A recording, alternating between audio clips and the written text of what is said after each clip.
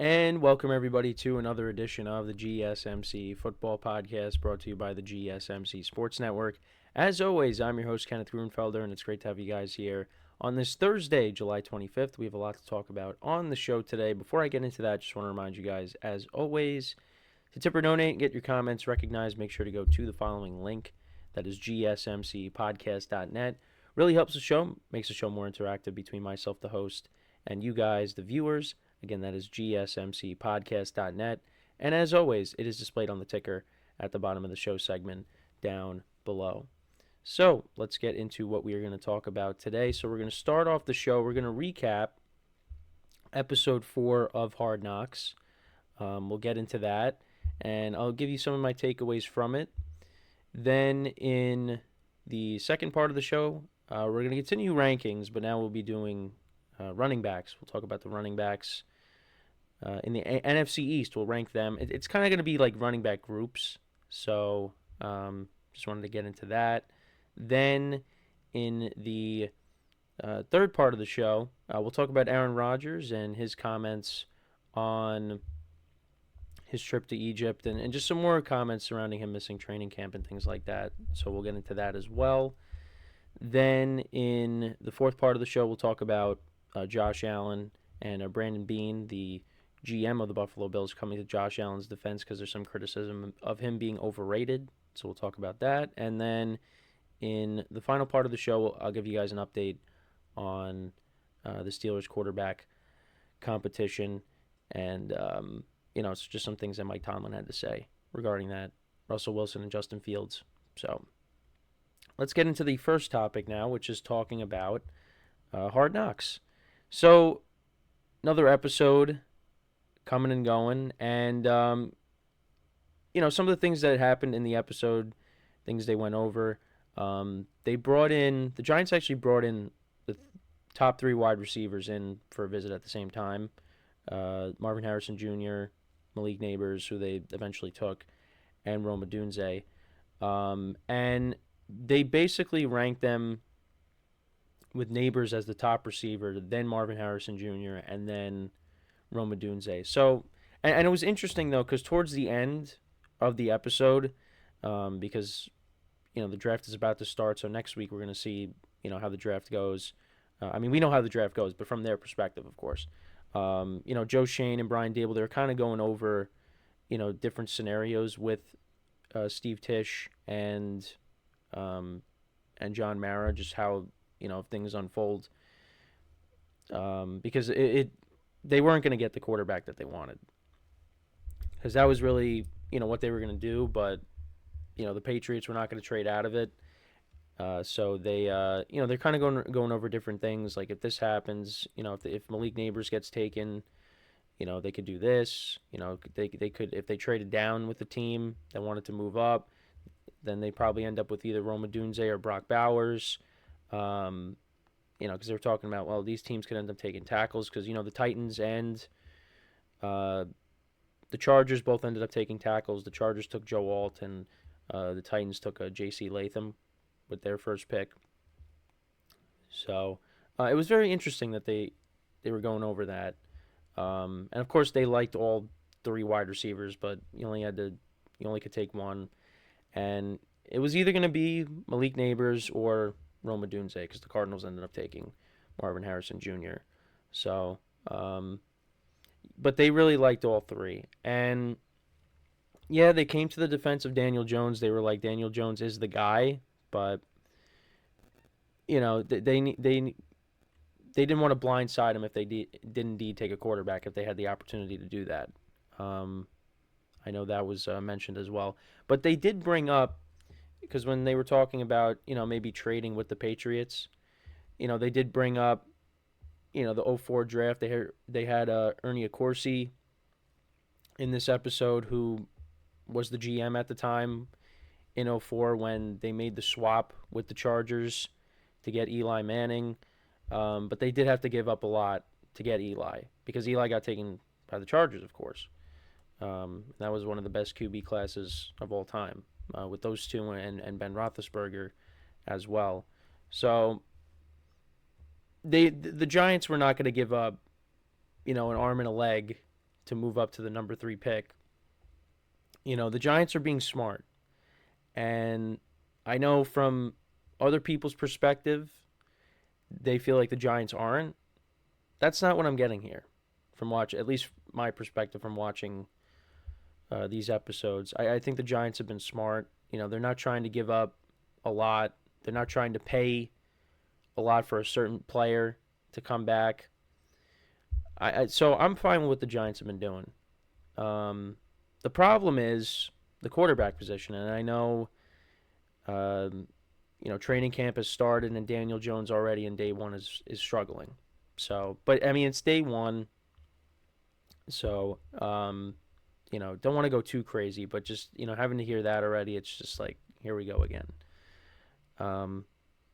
But I thought that was interesting that they were comparing, possibly trading up, or trading to get Drake May, kind of like not that they traded up to get Eli Manning, but they to give up a lot to get a certain pick.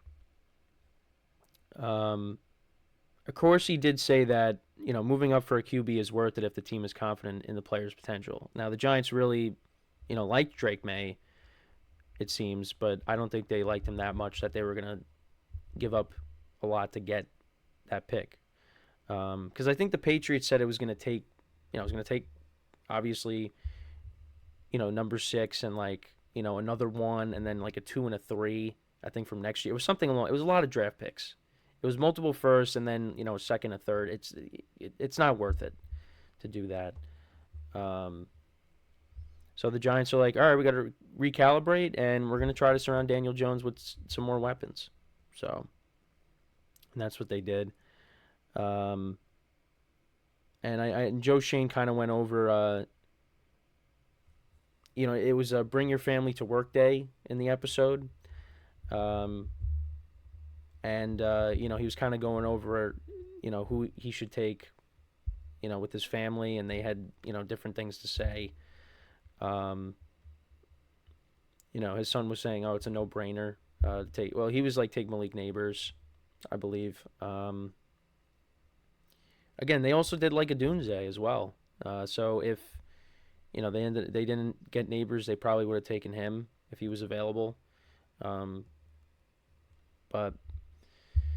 yeah, and then Saquon Barkley did make an appearance in the episode because they were scouting some guys at Penn State, and he was there.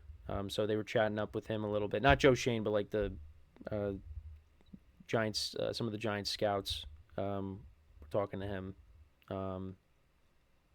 Supposedly, I was hearing that Saquon didn't know that he was being recorded. For Hard Knocks, he didn't know that the phone call with Shane was going to be recorded. So I thought that was interesting. I heard that yesterday. But yeah, that was a lot to get put to air. So, but they were speaking very positively about Saquon in the episode. It just didn't work out, and I think we'll go over the full Diana Rossini interview tomorrow because I think that was released. So I will get into that and what he had to say. But trying to think of what else happened within the episode as my dog starts barking. But yeah, I mean, next week is going to be, we're going to see the draft. They were scouting the tight end that they ended up taking, in the episode, as well. But yeah, I mean, I'm trying to think of anything else that happened. I mean, they interviewed the receivers. They really liked Malik Neighbors. They really liked Jaden Daniels too. So that was another thing as well, but Washington wasn't moving out of number 2 either. So, but they got Malik Neighbors, and you look at this Giants receiving core, and I mean, I think it's okay. It's a young receiving core that can grow. I mean, it could be like the Packers receiving core last year, where you have a lot of young guys that they aren't necessarily stars, but they're good players and they get the job done. Now Malik Neighbors could be a star.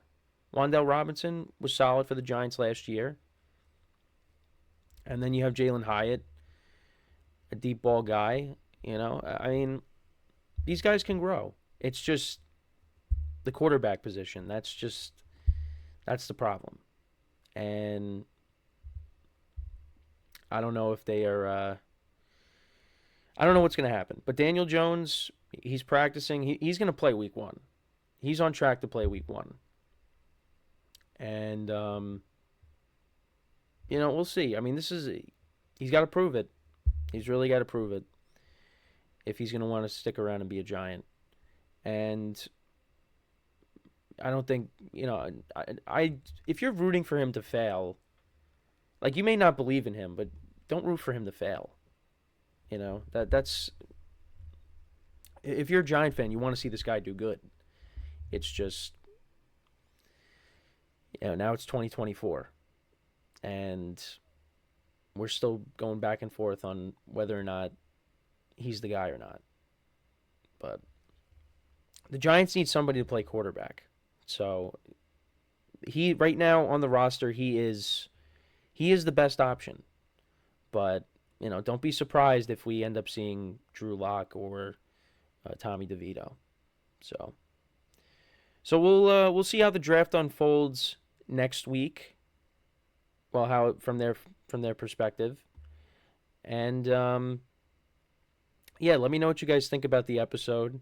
I think it's been solid. You're really getting more of an understanding of what goes on behind the scenes. So with free agency and the draft. So I like it. And I never really watched Hard Knocks, so that this is new for me. And of course, it's the team that I root for. So, but let me know what you guys think about that episode if you did watch it. What were your thoughts?